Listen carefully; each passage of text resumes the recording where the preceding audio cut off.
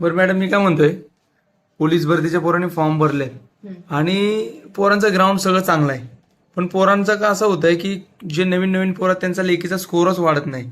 त्यांनी काय अभ्यास केला पाहिजे नेमकं की पोरांचा स्कोर वाढला पाहिजे, जे कमी अभ्यास आहे त्यांचा?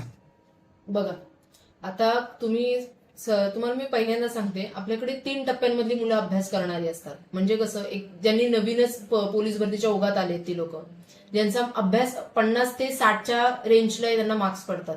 दुसरी मुलं असतात ज्यांना मार्क्स पडतात एक 60, 70 किंवा 75 पर्यंत पडतात. आणि जी 75च्या वरती असतात, ज्यांना 75, 80, 85 पर्यंत मार्क्स जातात, त्या मुलांचं असे 3 आपले ग्रुप आहेत वेगवेगळे.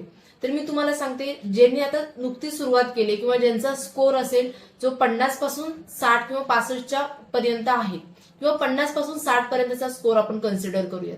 मग 50 पासून 60 पर्यंतच्या स्कोर मधली मुलं जी आहेत, त्यांनी सगळ्यात पहिल्यांदा म्हणजे प्रश्नपत्रिका सोडवणं बंद करा. कारण प्रश्नपत्रिका सोडवण्यासाठी तुमचं बेसिक ज्या कन्सेप्ट आहेत त्या सगळ्या क्लिअर असणं गरजेचं आहे. त्याशिवाय तुम्ही प्रश्नपत्रिकेचा काही उपयोग नाही.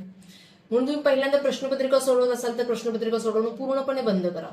आणि तुम्ही कुठला सब्जेक्ट आहे, जो तुमचा एखादा सब्जेक्ट असेल जो तुमचा चांगला असेल, तुम्ही त्याचा अभ्यास जास्तीत जास्त करा.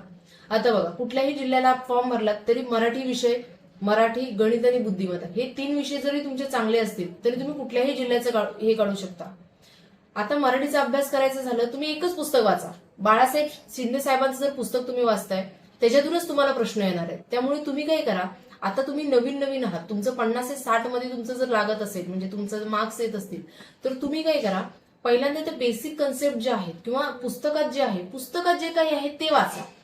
कुणाला तरी विचारा की मी कसं, म्हणजे काय वाचलं पाहिजे. तुमचं जर आता बघा, मराठीचा जरी तुम्ही एक विषय जरी घेतलात मराठी, तरी तुम्हाला माहिती पाहिजे की ऍटलीस्ट तुम्हाला अनुक्रमणिका माहिती पाहिजे की त्याच्यामध्ये काय काय असतं, पोलीस भरतीला काय विचारलं जातं. तुम्ही त्याच्या ओरिएंटेड अभ्यास करा.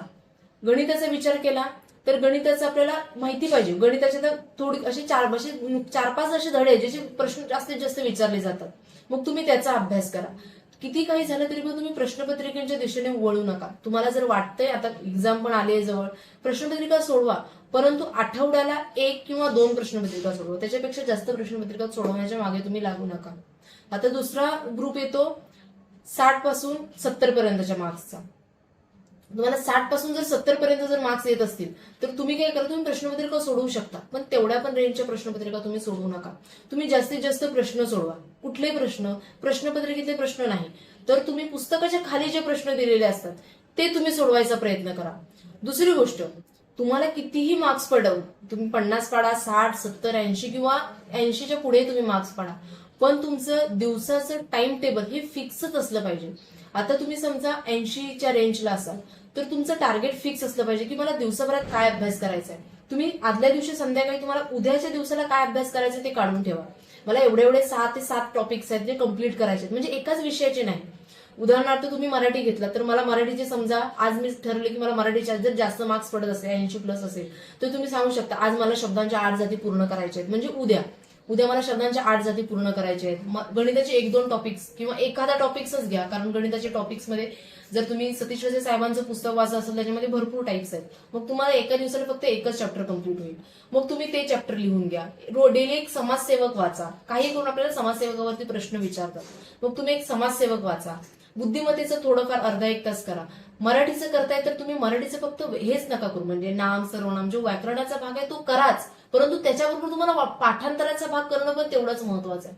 तुम्हाला डेली शब्दसमूहाबद्दल 1 शब्द, वाक्यप्रचार, म्हणी, बाकीचे जेवढे आहे समानार्थी शब्द, विरुद्धार्थी शब्द, यांचं सुद्धा तुमचं रोजच्या रोज वाचन हे झालंच पाहिजे, कारण त्याच्यावरती पण भरपूर सारे प्रश्न विचारतात. तर तुम्ही असं तुमचं शेड्यूल बनवा आणि ते फॉलो करा. ज्या दिवशी तुम्ही ते सगळं फॉलो कराल ना, रात्री त्याच्यावर टिक करा की हा बाबा मी आज एवढं टाइम टेबल बनवलं होतं आणि तेवढं माझं झालं. रात्री झोपतानाही तुम्हाला छान वाटलं, तुमच्या मार्कांमध्ये 200% तुमच्या मार्कांमध्ये तुम्ही शेड्यूल वाईज जाताय, तर तुमच्या मार्कांमध्ये मी सांगते 100% गॅरंटी देऊन सांगते तुमच्या मार्कांमध्ये नक्कीच फरक पडेल. परंतु तुम्ही तुमचं स्वतःचं शेड्यूल बनवा आणि ते रोजच फॉलो करा.